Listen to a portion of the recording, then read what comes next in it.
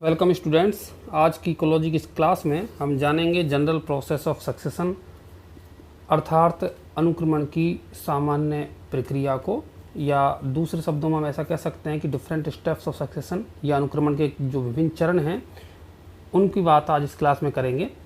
आइए वीडियो को शुरू करते हैं और समझते हैं अनुक्रमण की इस पूरी प्रोसेस को।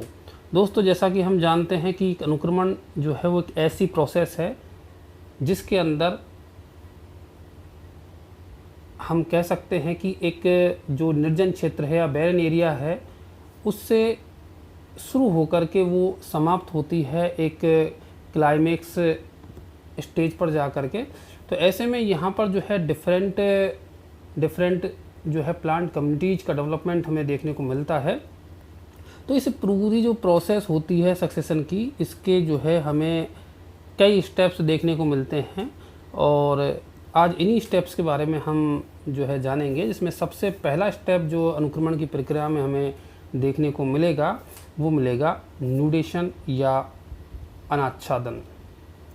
न्यूडेशन या अनाच्छादन से मतलब होता है कि किसी अनावृत क्षेत्र का निर्माण होने की प्रक्रिया, उसी को हम न्यूडेशन कहते हैं।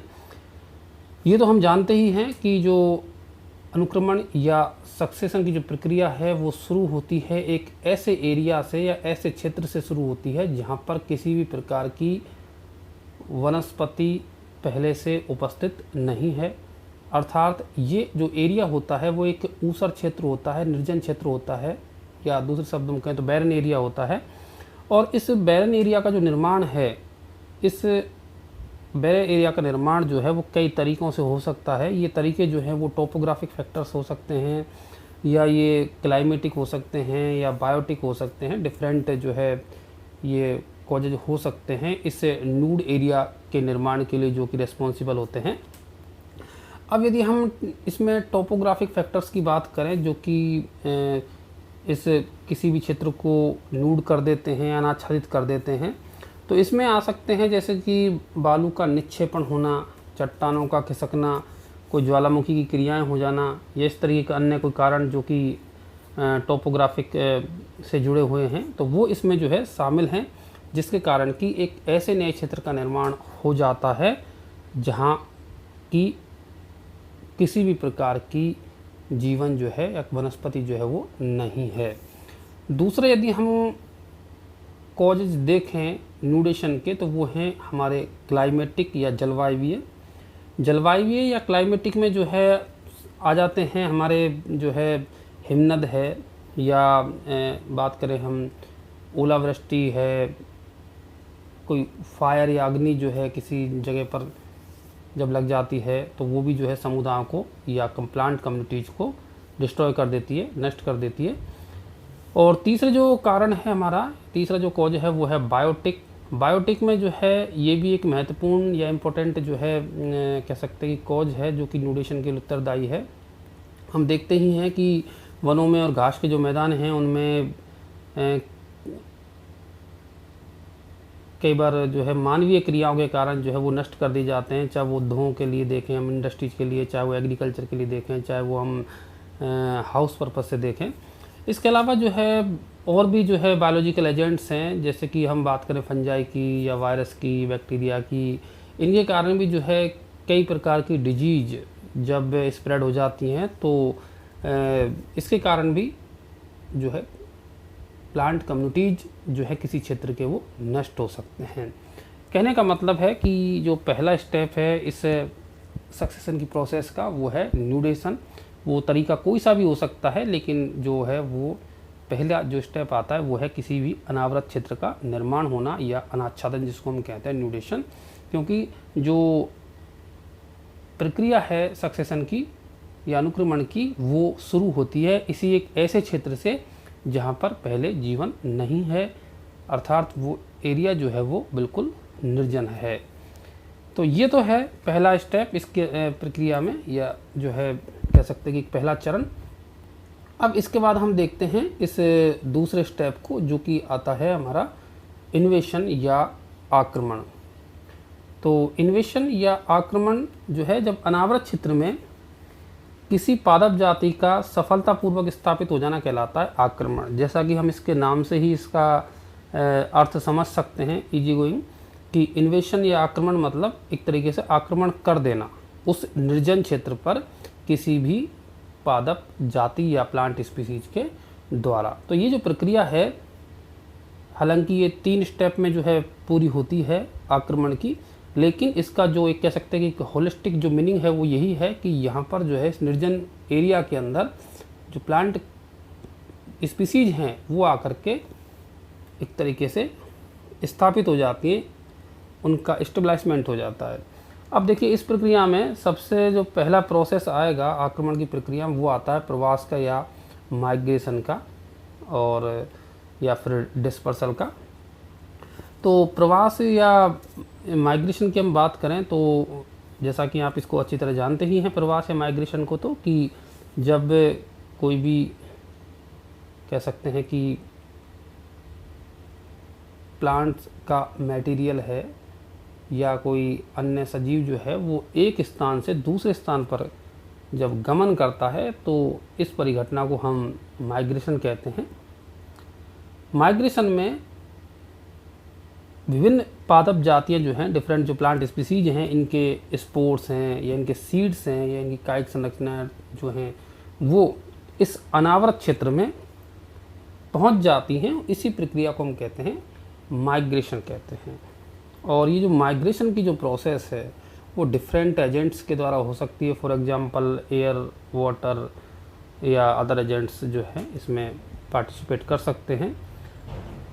ये जो है प्रक्रिया हमें अक्सर नेचर में देखने को मिल भी जाती है। हम बहुत सारे प्लांट स्पीसीज के सीड्स को एक जगह से दूसरे जगह उड़ते हुए देख सकते हैं या उनकी अन्य संरचनाओं को एक जगह से दूसरे जगह जाते देख सकते हैं।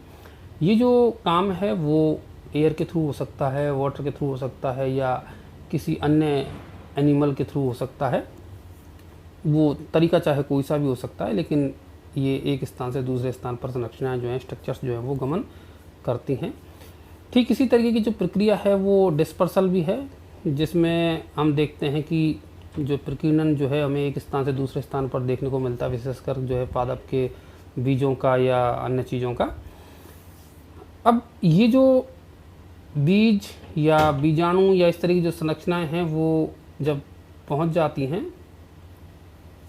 तो वहाँ पर जा कर के ये हमारा दूसरा स्टेप शुरू करती हैं, जो कि है एकेसिस या स्टेबलाइजमेंट।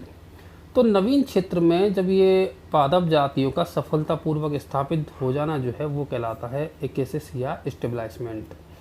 तो अभी जो हम पढ़ रहे थे माइग्रेशन, तो माइग्रेशन के बाद जब ये जो बिल्कुल न्यूली प्लांट स्पीसीज इस क्षेत्र में जो है माइग्रेशन के बाद में पहुंचती हैं, तो ये जो है वहाँ के नवीन जो परिस्थितियाँ हैं या जो बिल्कुल न्यू इन्वायरमेंट है उससे एक समन्वय या कोऑर्डिनेशन स्थापित कर लेती हैं और सफलतापूर्वक अपने जीवन यापन का प्रयास करती हैं। अर्थात माइग्रेशन से जो स्ट्रक्चर्स इस बेयर एरिया के अंदर पहुंची हैं, निर्जन क्षेत्र के अंदर पहुंची हैं, वो वहाँ पर जर्मिनेट होती हैं और प्लांट्स जो है वहाँ पर उग जाते हैं। और ये जो हैं अब इस नए इन्वायरमेंटल कंडीशंस के हिसाब से अपने आप को कह सकते हैं कि एक तरीके से वहाँ पर जीवन जीने का प्रयास करते हैं। और ये जो पूरी प्रोसेस है उसको हम कहते हैं एकेसिस या इनका आस्थापन या स्थापित हो जाना।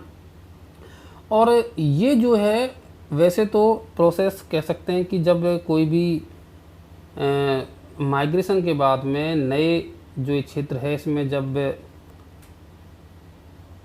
संरचनाएं आती हैं तो अधिकांश पौधे तो हालांकि समाप्त हो जाते हैं, लेकिन कुछ प्लांट स्पीसीज या कुछ पौधे ऐसे होते हैं जो अपने आप को यहाँ की परिस्थिति के हिसाब से समायोजित कर लेते हैं।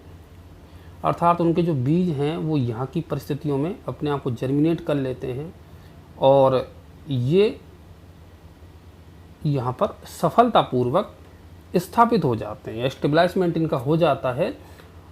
और इस प्रकार हम यदि ये कहें कि जो सबसे पहले जो समुदाय या कम्युनिटी इस निर्जन क्षेत्र में आता है उसको बोला जाता है पायोनियर कम्युनिटी।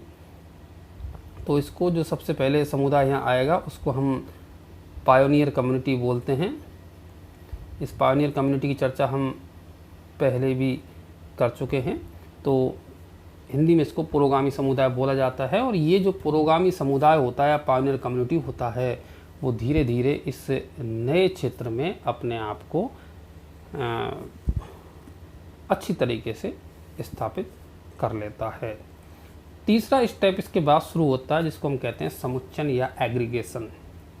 तो जब ये प्लांट स्पीसीज पिछले स्टेप में हमने देखा कि बिल्कुल सफलतापूर्वक ये स्टेबलाइज कर चुकी हैं खुद को, तो ऐसे में अब ये जो है रिप्रोडक्शन के द्वारा खुद की संख्या को बढ़ाती हैं और संख्या बढ़ा करके ये जो है ग्रुप्स बना लेती हैं। और ये जो स्टेप्स है ग्रुप्स का बन जाना जो है वो कहलाता है समुच्चन या एग्रीगेशन। तो अब जो है चूँकि इन्वायरमेंट के हिसाब से ये जो वहाँ पर पायोनियर कम्युनिटी है वो अपने आप को एडजस्ट कर लेता है और ऐसे में जो संख्या बढ़ने के कारण जो ग्रुप बनेंगे वो प्रोसेस हमारी कहलाएगी एग्रीगेशन। अब एग्रीगेशन के बाद में हमारा नेक्स्ट जो स्टेप आता है सक्सेशन की प्रक्रिया के अंदर वो है प्रतिस्पर्धा और सहक्रिया, अर्थात कंपटीशन एंड कोएक्शन। कंपटीशन की यदि हम बात करें तो अब जब पादपों के समूह बन जाएंगे तो हमें जो है कंपटीशन देखने को मिलेगा, क्योंकि बहुत सारे जो है जब पौधे विकसित हो जाते हैं इस नए क्षेत्र के अंदर तो कंपटीशन की जो प्रक्रिया है वो शुरू हो जाती है। और ये जो कंपटीशन है वो डिफरेंट चीज़ों के लिए हो सकता है। ये आवास के लिए हो सकता है, ये फूड के लिए हो सकता है, ये मिनरल्स या शेड अन्य चीज़ों के लिए हो सकता है। और कंपटीशन जो है वो दो प्रकार का हमें देखने को मिलता है। ये तो हम जानते ही हैं कि इंटर स्पेसिफिक और इंटर स्पेसिफिक। यदि एक ही पादप जाति या किसी कह सकते हैं कि एक ही जंतु जाति के जीवों के मध्य जब कंपटीशन की प्रक्रिया होती है तो उसको हम इंटर स्पेसिफिक कहते हैं। और जो डिफरेंट के साथ में जो कंपटीशन की क्रिया होती है उसको हम कहते हैं इंटर स्पेसिफिक कंपटीशन। तो हमें दोनों ही प्रकार का जो कंपटीशन है वो देखने को मिलता है। और इस कंपटीशन में जो पादप जाति अपने आप को कह सकते हैं कि सही तरीके से एडजस्ट कर पाती है, जीत पाती है, वही आगे चल करके वहाँ पर सरवाइव करती है। और ये जो कंपटीशन हमें देखने को मिलता है वो इसलिए मिलता है कि जब पौधे एक दूसरे के पास उग जाते हैं तो ये क्या है कि एक दूसरे को प्रभावित भी करते हैं, साथ में जो है विभिन्न चीज़ों के लिए इनकी जो मांग वो बढ़ जाती है और इसीलिए जो है ये कंपटीशन देखने को मिलता है। और यदि दूसरी हम प्रक्रिया की बात करें यदि हम कोएक्शन की बात करें तो ये जो पौधे पास उगे हुए हैं वो एक दूसरे को प्रभावित भी करते हैं। तो इस प्रभावित करने का जो स्टेप है वो कहलाता है हमारा कोएक्शन। और कोएक्शन जो है ये कह सकते हैं कि जब पास उग रहे हैं तो वो हर तरीके से एक दूसरे को प्रभावित करते हैं, जो कि हमारा इस कोएक्शन का निर्माण करते हैं। कोएक्शन कहते हैं इस प्रोसेस को हम। और नेक्स्ट स्टेप आता है इसके बाद में हमारा रिएक्शन या प्रतिक्रिया। तो जैसे जैसे हम देख रहे हैं कि पादपों के समूह और इनकी संख्या में जो वृद्धि होती रहती है, कंपटीशन भी होता है और कंपटीशन के साथ साथ इन जो पौधे की जो कह सकते हैं कि एक बहुलता विकसित हुई है, ये जो है अब कम्युनिटी जो है वो अपने वातावरण या एनवायरनमेंट को प्रभावित करती है। और इस कह सकते हैं एक तरह से यदि इसको परिभाषित किया जाए तो किसी क्षेत्र में वातावरण में जीवों की विभिन्न जातियों के द्वारा इसमें जो परिवर्तन लाया जाता है अपने एनवायरनमेंट में वो कहलाता है रिएक्शन या प्रतिक्रिया। अर्थात कहने का मतलब ये कि अब जो प्लांट कम्युनिटीज वहाँ पर विकसित हुई है वो उस जगह के एनवायरनमेंट को धीरे धीरे अब चेंज करती है और इस चेंज करने की प्रक्रिया को हम नाम देते हैं और रिएक्शन नाम देते हैं। और ये एक बहुत ही इम्पोर्टेंट जो है स्टेप कहा जाता है इस सक्सेशन की प्रोसेस का, क्योंकि अब रिएक्शन में हम देखें तो यहाँ पर हमें देखने को मिलेगा कि जो प्लांट्स वहाँ पर जो डेड हो रहे हैं उसके अपघटन के द्वारा वहाँ पर ह्यूमस की मात्रा बढ़ सकती है, खनिज पदार्थों का संचय हो सकता है, वायुमंडल की जो आर्द्रता है, जो इन्वायरमेंटल ह्यूमिडिटी है वो बढ़ सकती है, तापमान में कमी आ सकती है।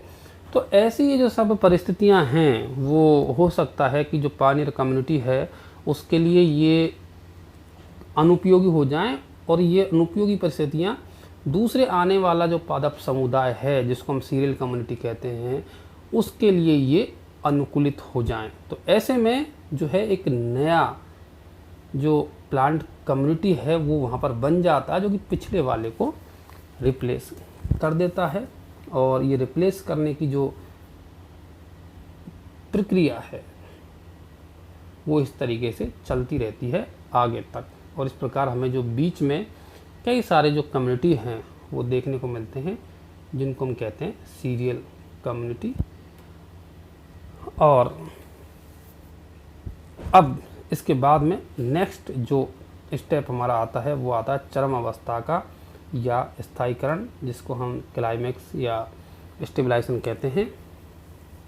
तो जैसा कि अभी हम बात कर रहे थे कि ये जो सक्सेशन की प्रक्रिया है वो एक न्यूड एरिया से शुरू होकर के और धीरे धीरे जो है अब पहुंच जाती है अपने अंतिम चरण में।